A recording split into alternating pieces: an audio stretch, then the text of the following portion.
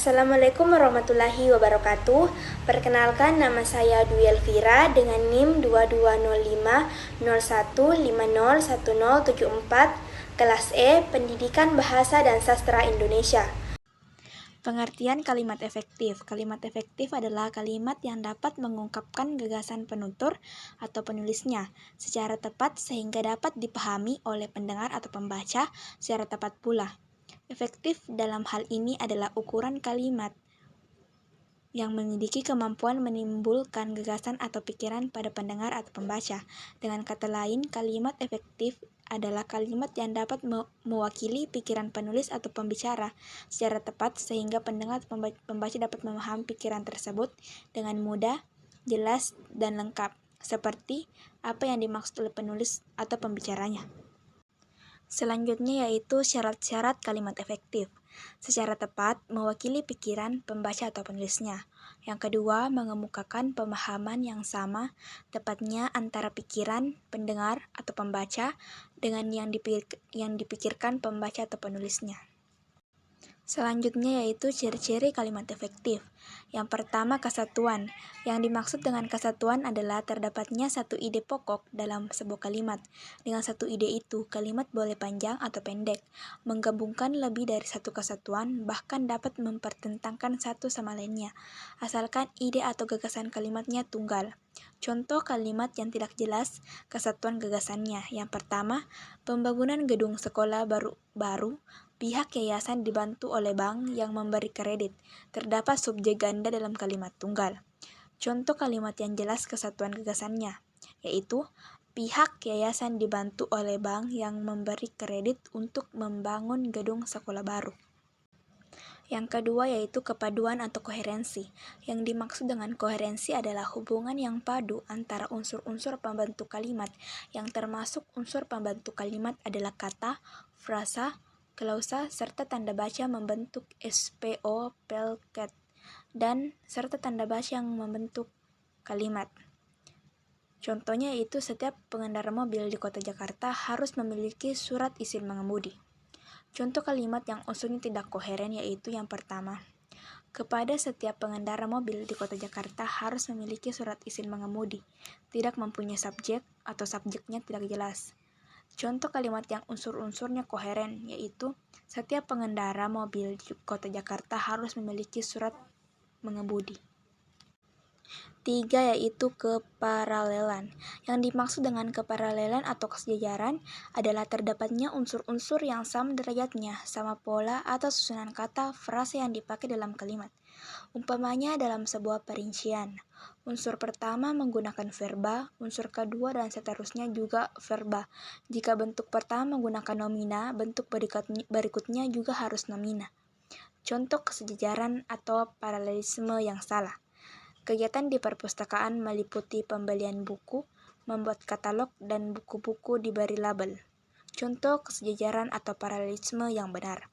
Kegiatan di perpustakaan meliputi pembelian buku, pembuatan katalog, dan pelabelan buku. Yang keempat yaitu penekanan. Yang dimaksud dengan penekanan adalah suatu perlakuan khusus menonjolkan bagian kalimat sehingga berpengaruh terhadap makna kalimat secara keseluruhan. Cara yang dipakai untuk memberi perlakuan khusus pada kata-kata tertentu ada beberapa. Yang pertama, dengan meletakkan kata yang ditonjolkan itu di awal kalimat. Yang kedua, dengan melakukan pengulangan kata. Yang ketiga, dengan melakukan pengontrasan kata kunci. Yang keempat, dengan menggunakan partikel atau penegasan. Yang kelima yaitu kehematan. Yang dimaksud dengan kehematan ialah menghindari pemakaian kata yang tidak perlu. Hemat tidak berarti harus menghilangkan kata-kata yang dapat memperjelas arti kalimat. Hemat di sini berarti ekonomis, tidak memakai kata-kata mubazir, tidak mengulang-ulang subjek, tidak menjamakkan kata yang sudah berbentuk jamak. Dengan hemat kata-kata diharapkan kalimat menjadi padat berisi. Contoh kalimat yang tidak hemat. Saya melihatnya dengan mata kepala saya sendiri bahwa mahasiswa itu belajar seharian dari pagi sampai petang. Contoh kalimat yang hemat. Saya melihat sendiri mahasiswa itu belajar seharian. Yang keenam yaitu kelogisan. Yang dimaksud dengan kelogisan ialah mengupayakan agar ide kalimat masuk akal. Logis dalam hal ini juga menuntut adanya pola pikir yang sistematis, runtut, dan teratur dalam perhitungan angka dan penomoran. Sebuah kalimat yang sudah benar strukturnya, sudah benar pula pemakaian tanda baca, kata, dan frasa, dapat menjadi salah karena maknanya tidak masuk akal atau lemah dari segi logika.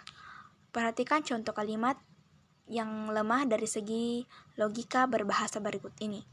Yang pertama, kambing sangat senang bermain hujan, padahal kambing tergolong anti air.